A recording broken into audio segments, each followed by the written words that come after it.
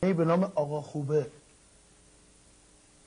خوندین شما که مربوط به اواخر من اینجوری که یادم مربوط من در زمان انقلاب اون رو نخوندم. مربوط به 2 سال قبل از انقلاب. بله.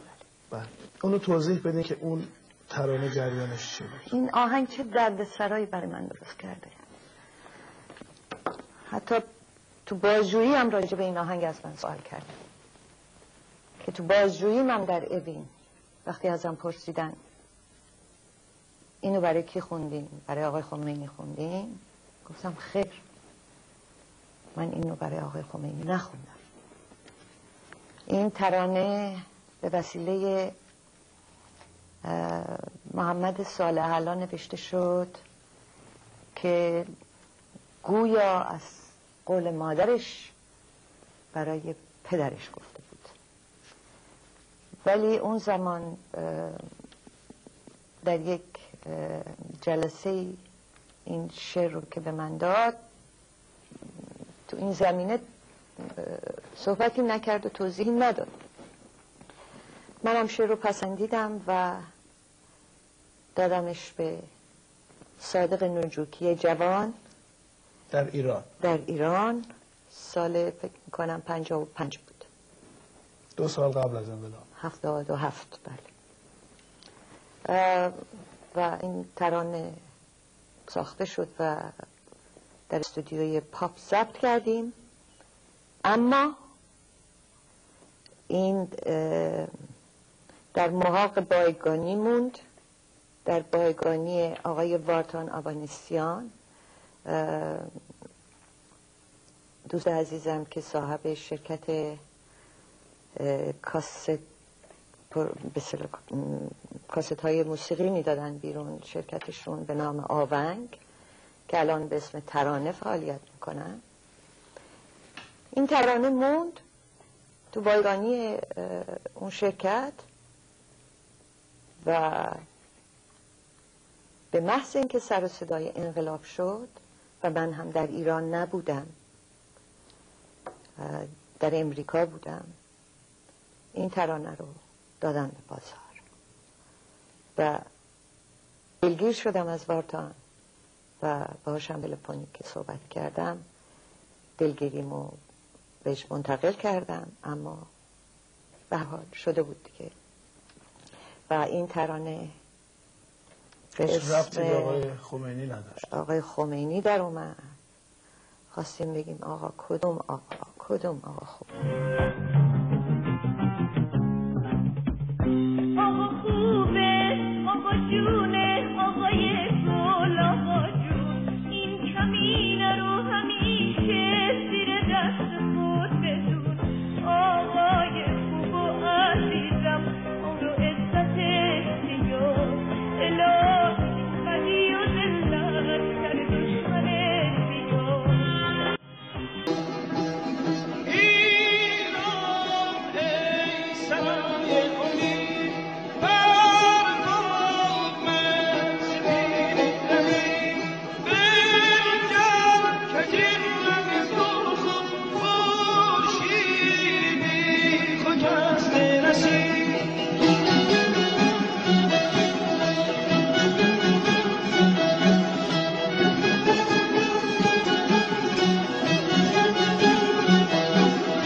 شما مثلا یادتونه که مثلا این ترانه فرض کنید ایران سرای منو خوندید در چه وضعیتی بوده، چطوری بوده فرض کنید ایران سرای امید؟ خب این سپید با سپید دبیر این همون حالت رستاخیزی بود که در جامعه پیش اومده بود. خب ولی خب اشتباه زیاد کردن دیگه. این اون حالت رو داره میگه که بر با آمد سپید دبیر. بعد دیدیم که بعد چند آقا اومدن این بخش می‌کنن نشون میدن که آقای خمینی داره از پله آورد پایین شعر میذاره. من این رو برای ایشون نخوندم اصلا. این برای اون حالتی بود که در مردم ما پیدا شده بود. برای شخص نبود.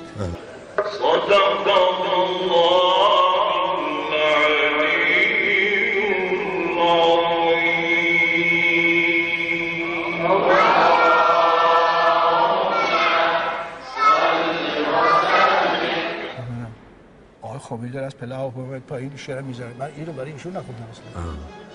این برای اون حالتی بود که در مردم ما پیدا شده بود. برای شخص نبود.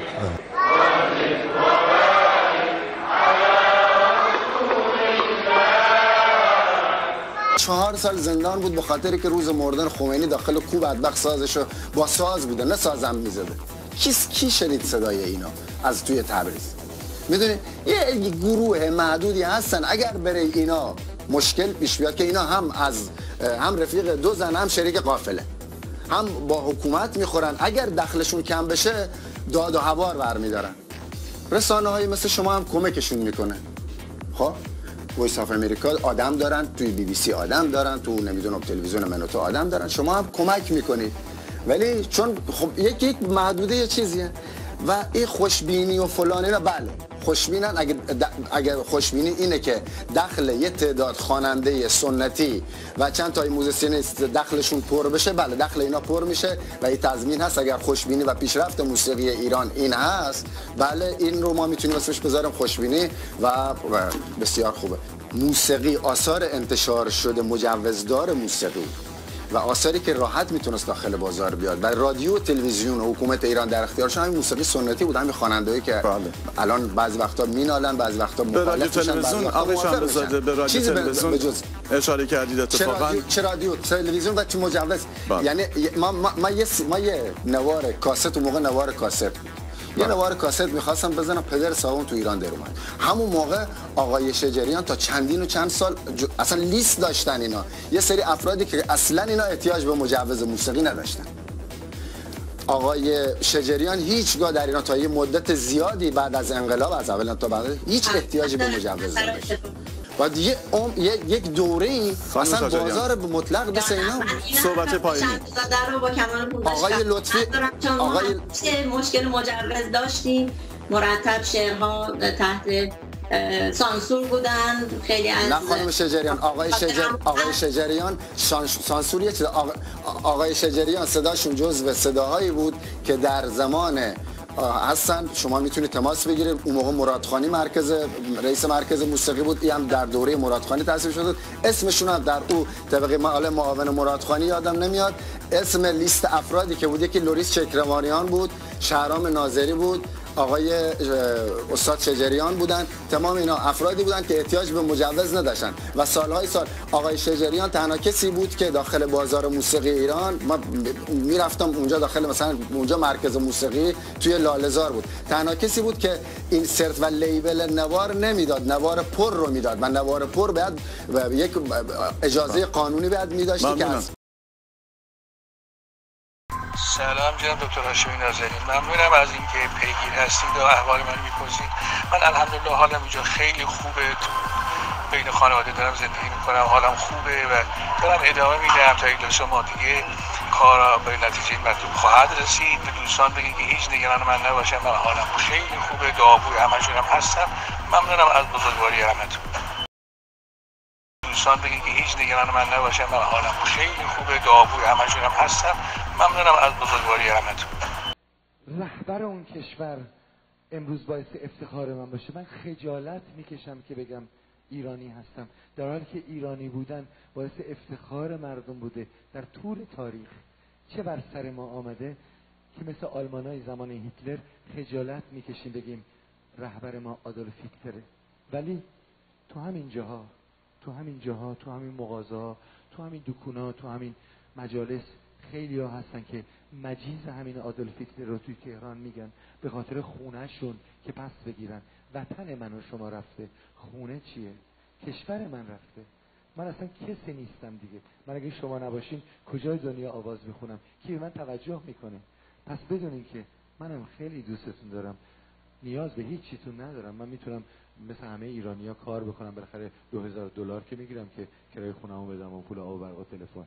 ولی خجالت میکشم که در زمان شادی شما روی صحنه بودم و در زمان ناکامی مردم کشورم برم تو فاحشه‌خانه‌های لس آنجلس هروئین بکشم و به ریش ملت ایران بخندم و فکر کنم که با ویسکیم به سلامتی ایران زندگی میکنم. نه، من با قلبم به سلامتی ایران زندگی میکنم و با ذهنم برای وطنم قدم. به همین دلیل فوش میخورم ولی زنده هستم. شما هم زنده هستین و به ایران برمیگردین. شما بدونید مردم ایران به ایران برمیگردن، ولی خاک بر سر اون مردمی بکنند که در طول تمام این سالها نفهمیدن که یه فرقی است بین جانی و عالم. حتی دنبال جانی رفتند، نمازخون شدن، ریش گذاشتن برای اینکه 100 تومن پول بگیرن. جهان میگذره، با 100 تومن 200 تومن برای من 10 سال دیگه بیشتر زنده نیستم. ولی خیلی بده که آدم فاحشه مغزی باشه. چه بهتر که آدم تنشو بفروشه ولی مغزشو به جانی در جماران نفروشه.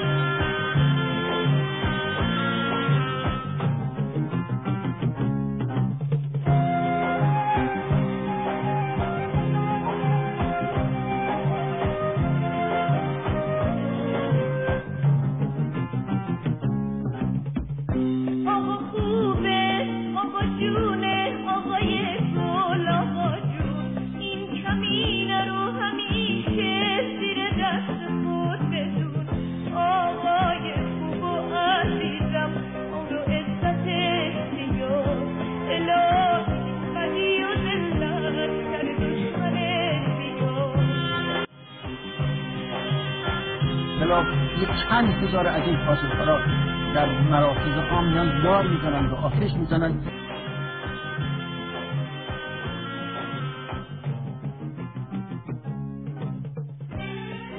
تمام میشه قضیه. نمیذارن که یک روزنامه که بشاره یا روزنامه خود. خب ما از اون امام با اون اندیشه دفاع میکنیم، با همه وجود دفاع میکنیم.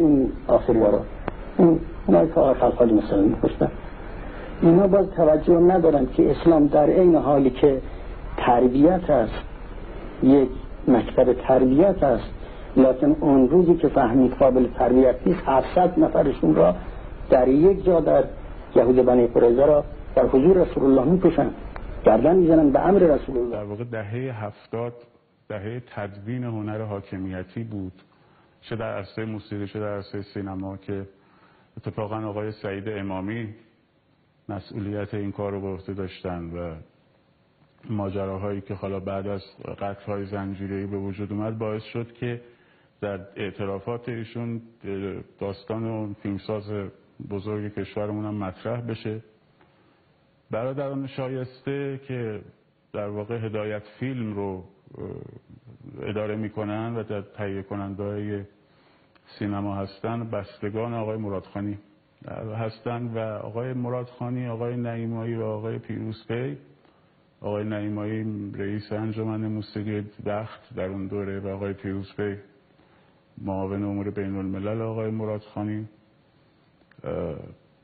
شخصی به اسم حسن تبریزی‌نیا گذاشتن به عنوان مدیر مؤسسه پیغام سحر که به این مؤسسه در واقع مجوز دادن و که آقای کیمیایی در مصاحبهشون با مجله فیلم اگر اشتباه نکنم اشاره میکنه، میگه با همسر من یه شخصی به اسم کیهان کیا که البته اسم مستعار بود هماهنگ کرده بودن که ایشون از کشور خارج شه و 52 کنسرت در یک سال، یعنی هر هفته سال در امریکا و کانادا براشون برگزار شه که خب بخشش برگزار شد بخشش هم انجام نشد.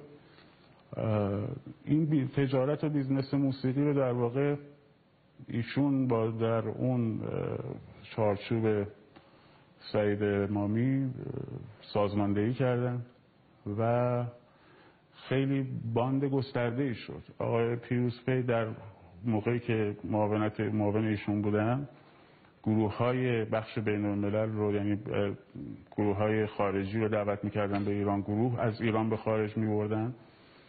کنسرت هایی که در خارج برگزار میکردن از دو مسیر معمولا میره. در مسیری که دولت برگزار میکنه از طریق رایزنی های فرهنگی در سفارتاش در سرتاسر دنیا و مسیر دوم مسیر بخش خصوصی است. بخش خصوصی هم این شرکت پیغام سحر که گفتم در واقع یکی از شرکت هایی بود که ساخته شد، طراحی شد و اتفاقا موسیقی مثلا فیلم مرسدس آقای کیمیایی رو منتشر کرد، آلبوم های آقای شادمهر عقیلی اون موقعی که در ایران بودن منتشر کردن و کار به جایی رسید که در اول دوره آقای ریاست جمهوری آقای احمدی نژاد ریاست جمهوری وارد تالار وحدت شد و اونجا رو پلم کردن و شروع کردن به واکاوی مدارک اینا به اسم مبارزه با فساد. هرچند بعداً دیدیم که خود اون کسایی که به این اسم اومدن برای مبارزه فاسدتر در اومدن، یا اگر بگیم که فاسدتر در نیومدن هم اندازه اونا. اینه که به هر حال این عمل کرده ایشون باعث شد که من اعتراض داشته باشم به این قضیه و ایشونو گزینه مناسبی برای معاونت هنری وزارت ارشاد ندونم به خاطر اون حلقه اطرافیانی که داشتن و اون عملکردهایی که در اون دوره بود. اما صبر کردم و بعد از اون یادداشت 60 روز گذشت و در این 60 روز متاسفانه دیدیم باز همون مسیر داره میره. یعنی وزیر آقای مرادخانی بلند میشه میره دبی در حراج کریستیس تابلوهای هنرمندا رو اینجا افتیار میکنن میبرن اونجا میفروشن. اولین باره که یه دونه مقام دولتی وارد یه حراج آثار هنری میشه خودش شخصا، که خب در رسانه ها هم بازتاب داشت و اونجا دیگه من مطلبی رو نوشتم که این در به همان پاش نمیچرخد که متاسفانه اون نگرانی که داشتیم در مورد ورود ایشون به معاونت هنری وزارت ارشاد دیدیم که داره به وقوع میپیونده. آقای توکلی به چند تا موضوع اشاره کردین، یکی ماجرای مافیا و بیزنس و تجارت و این چیزهای غیر مجاز در واقع و یکی دیگه اون مثال هایی که زدین در پیوند با کارگردان سرشناس یا خواننده سرشناس، اینها مربوط میشه یه جورایی به موسیقی مجاز و غیر مجاز و چگونگی معیار دوگانه حکومت در واقع. پیش از همه بپردازین خواهش میکنم با فرصت همیشه متاسفانه محدودی که داریم به موضوع مافیایی که اشاره کردین. اجازه بدید که سوال مشخصی در همین زمینه داریم از یکی از دوستان فیسبوک، اونو بشنوید و بعد پاسخ بفرمایید. مافیای موسیقی سال 59 از زمان جنگ و کاست سهمیه‌ای پا گرفت. نوارهای خام کاست سهمیه‌ای که در اختیار شرکت‌های تولید و پخش موسیقی قرار می‌گرفت چطور سر از بازار آزاد در می‌آوردند و چه کسانی از این راه سودهای میلیونی به جیب زدند؟ بفرمایید خواهش می‌کنم آقای توکلی. بله خب این رویه بوده، درست اشاره کردن این دوست عزیز. از سال 59 در واقع شروع شد و در دهه 60 و به خصوص اوایل دهه 70 خیلی گسترش پیدا کرد. وزارت ارشاد در اون دوره می اومد به تولید کنندگان سهمیه کاست خام میداد، مثل سهمیه کاغذ که به ناشران میداد.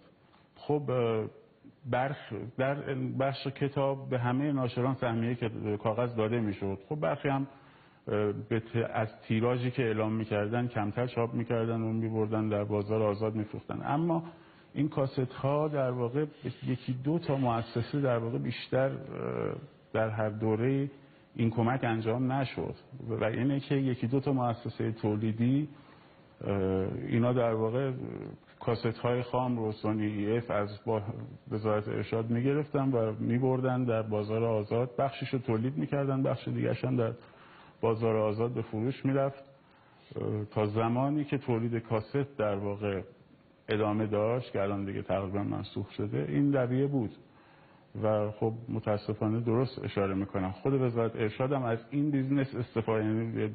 این بیزنس هم در واقع استفاده میکردن، از فروش این کاست ها در بازار آزاد هر دو طرف در واقع استفاده میکردن. درست اشاره کردن. بله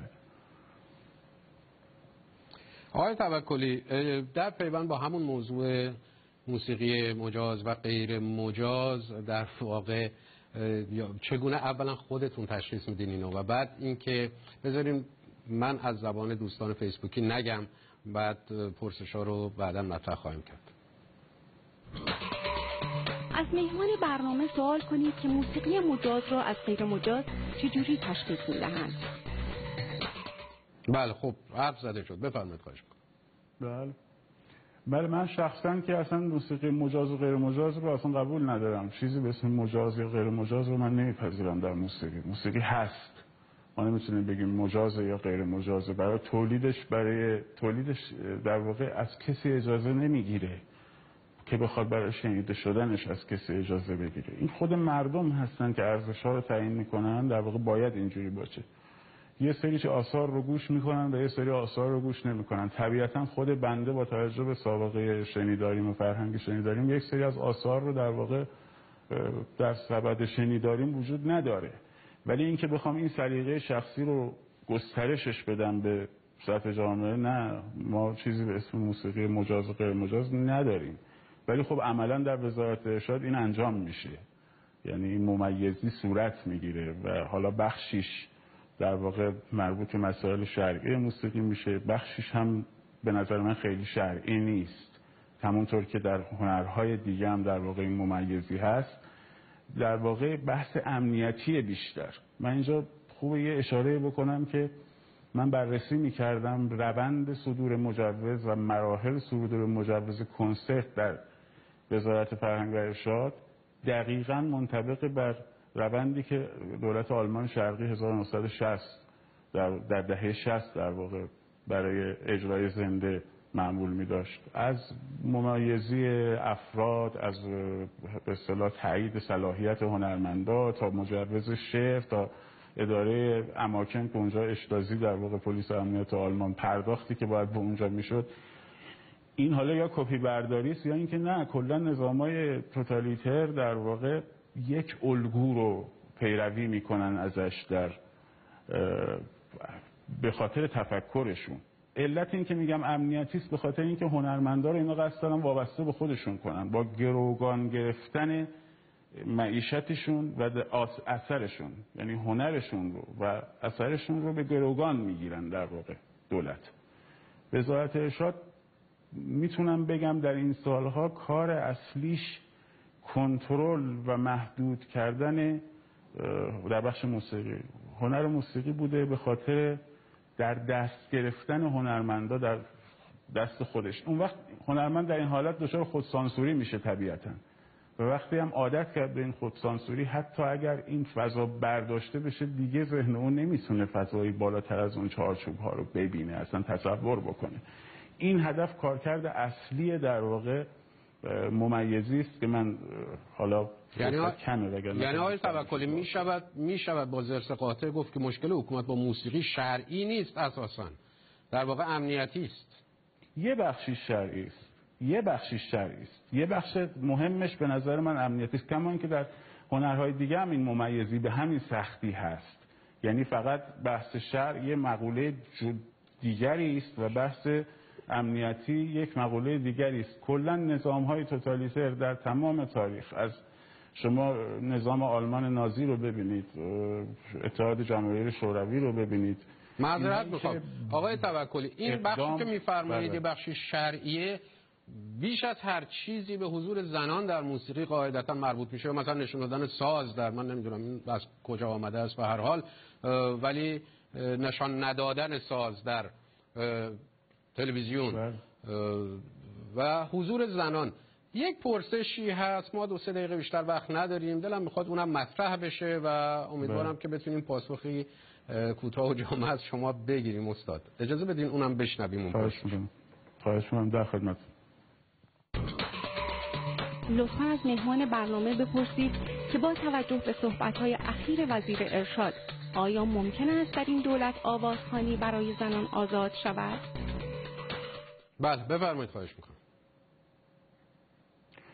جواب این سوال رو بخوام بدم، من فکر میکنم اگر سیاست اقتضا بکنه همه چی شهر به راحت به کنار میره. یعنی حالا بستگی داره به اینکه سیاستشون اقتضا بکنه یا خیر. اما خیلی خیلی فشرده با توجه به وقتی که اشاره کردیم، بعضی از اهالی موسیقی تلاش میکنن که اساساً موضوع بحث بکنن که موسیقی چرا حرام است و اسلام اصلا نظرش این نیست. من اینجوری نمیبینم. واقعا اسلام به خصوص بخش شیعش با موسیقی مشکل داره. یعنی این حدیث ما از فروع کافی، کتاب معتبر شیعه علامه کلینی به قول خودشون نقل کرده، من این حدیث از امام صادق نقل میکنم اینجا شما ببینید. میگه که در خانه‌ای که ساز نواخته بشه ابلیس در اونجا وارد میشه و تمام جوارح خودش رو بر جوارح نوازنده میگذارد و اون نوازنده بی غیرت میشود. خب و ادامه داره البته حدیث. خب یه اینجور بستر تفکری طبیعی است. اصلا اسلام به خصوص با قرائت شیعی موضوعیت فرهنگ و هنر مدنی درش وجود نداشته که بخواد به اصطلاح در موردش بتونه اظهار نظر دقیقی داشته باشه. اینه که این مشکل فقط هم مربوط به صدای خانومان نیست. خب آقای رهبر انقلاب آیت الله خامنه‌ای گفتن که سازم نمایش داده نشه در صدا و سیما. چیز پیچیده‌ای نیست، اینو داخل خیلی‌ها میدونن ولی خب نمیخوام بیان کنم. آخوندای شیعه زمانی که با چیز آشنایی نداشته باشن هراس دارن و میگن حرومه. مسئلهشون با موسیقی همین، چون اصلا نمیدونن موسیقی یعنی چی. بعضی که نمیدونن موسیقی یعنی چی. خامنه‌ای هم نمیفهم موسیقی یعنی چی که فتوا بده یا نده. مسئله اینا علاقه مردم هست. مردم اگر فردا مردم ایران به گلف هم علاقه نشون بدن، ورزش گلف میشه حروم. چون اینا میگن آقا چیزی میزان علاقه شما رو ما باید تعیین بکنیم. ما باید بگیم چه چیزی برای شما خوبه، چه چیزی برای شما بد هست. مسئله اینه، مسئله موسیقی نیست، مسئله نمیدونم ورزش فوتبال نیست، مسئله نمیدونم شطرنج نیست. مگه شطرنج حروم نبود؟ چطوری حلال شد؟ خدمت عرض کنم نگاه کنید، اصلاحات و خوشبینی یه چیزی، یک مجموعه، یعنی یک تعریفی داره از دید حکومت ایران. یه تعریف هم به عنوان مثلا ما که موزیسینم متأخر با خواب رویاهای خودم و اونا خواب رویای جمهوری اسلامی، این که ناراحتن که الان چرا مثل حکومت داعش نمیتونه راحت آدما رو تو قفس بکنه، بندازه داخل آب خفه بکنه، یا نمیتونه اینا رو بسوزونه. اینا خواب و رویاشون ایه و به این سمت دارن پیش میرن. نشون دادن در توی چند سال اون چیزی که لذت بخش هست برای حکومت ایران مثل طالبانه، مثل داعشه. چطوری آدما رو بذاریم کنار، مثلا خلخالی سمبل چیزه، چطوری آدما رو بذاریم گوشه دیوار تا تا تا تا تا تا بزنیم بندازیمشون پدر صاحبشون رو در بیاریم. میدونی این لذت بخش ترین آرزوی جمهوری اسلامیه.